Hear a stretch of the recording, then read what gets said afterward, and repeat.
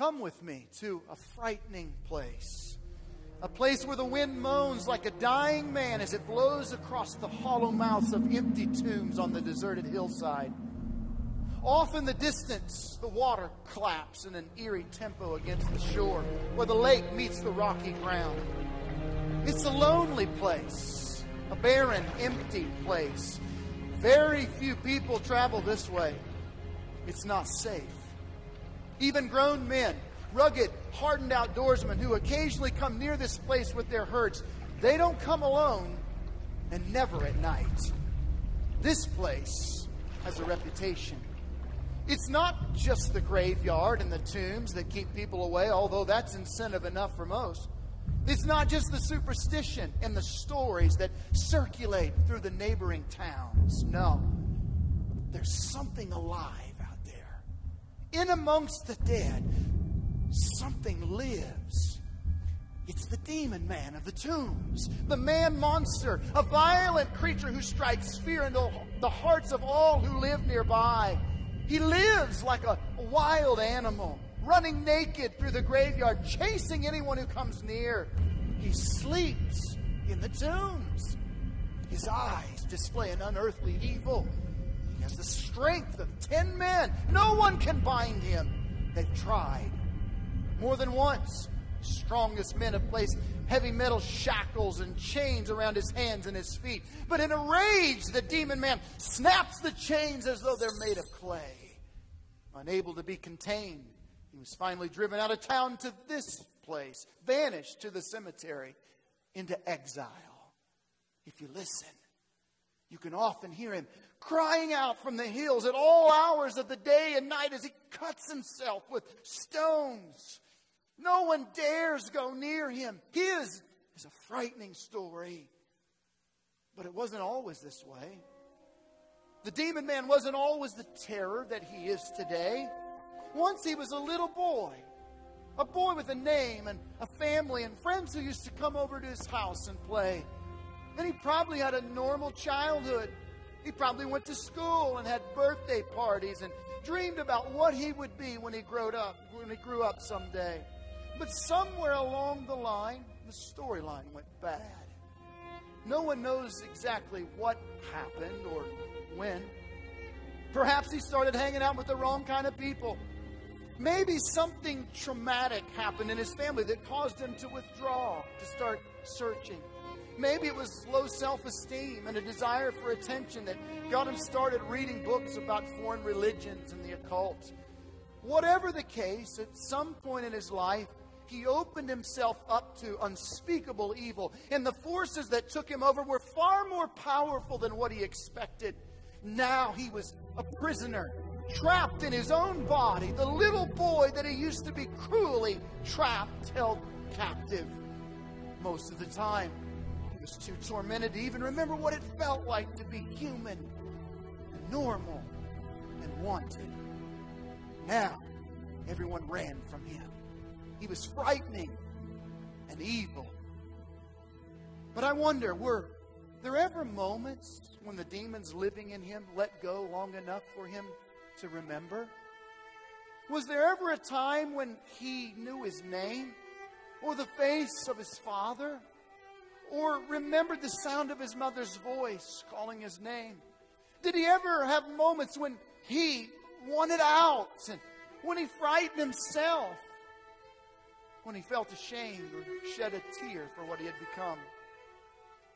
Well, this particular day, as he hid among the tombs, the demon powers inside of him grew uneasy.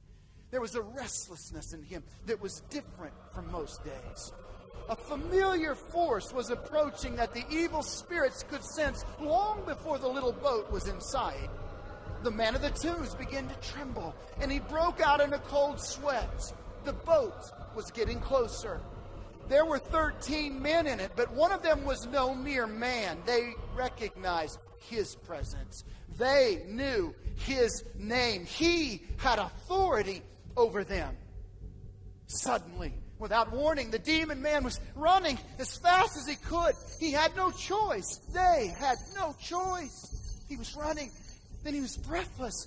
And then just as suddenly, he was at the shoreline in front of the boat. It's him, he thought.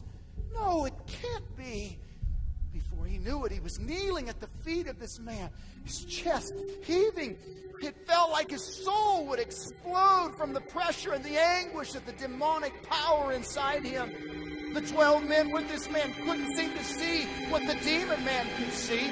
Searing, white-hot light shooting out in every direction from their leader. Blinding, iridescent beams, holy fire that penetrated into the darkness of this man's tormented soul, exposing every evil spirit living in him. Nowhere to run, nowhere to hide. This man was not afraid of him. This man was in control. And he opened his mouth to speak. The man of the tombs began to shake violently with fear. His voice was like thunder. Come out of this man, you evil spirit. The demoniac held his ears, cowering at the feet of the man, shrieking back, what do you want with me, Jesus, Son of the Most High God? Swear to me that you won't torture me. Jesus. This man living in the tombs couldn't have known about Jesus. He never talked to anyone. He was cut off from society. But the forces living in him knew Jesus as the Son of the living God. His voice came again, demanding, what is your name? My name is Legion, for we are many. And with shrill and anguished cries, the demons began to beg for mercy. Please don't send us away. We beg you, Jesus. Send us into those pigs over there.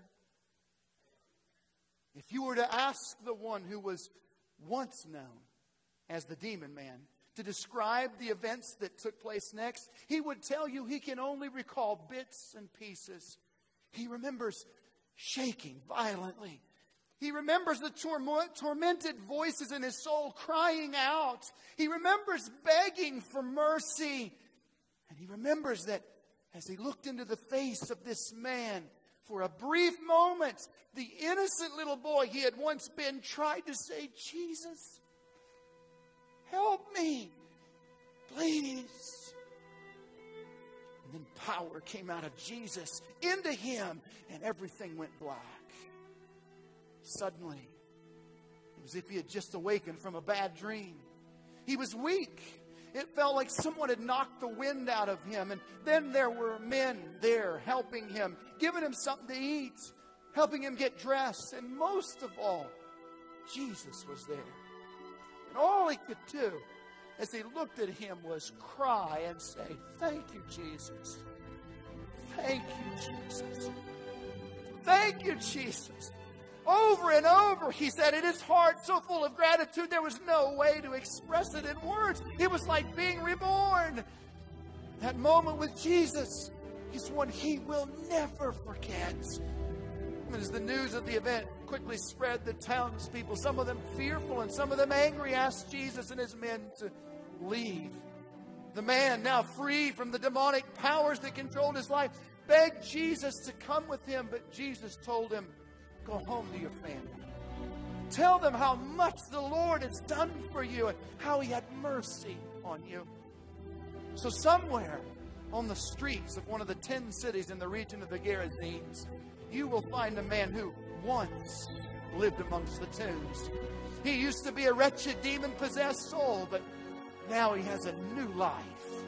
He smiles all the time. And he loves everyone he meets. And he boldly proclaims to all who will listen, Jesus is Lord. He must have told his story at least 1,000 times by now. And who could blame him? For Jesus freed him from his chains.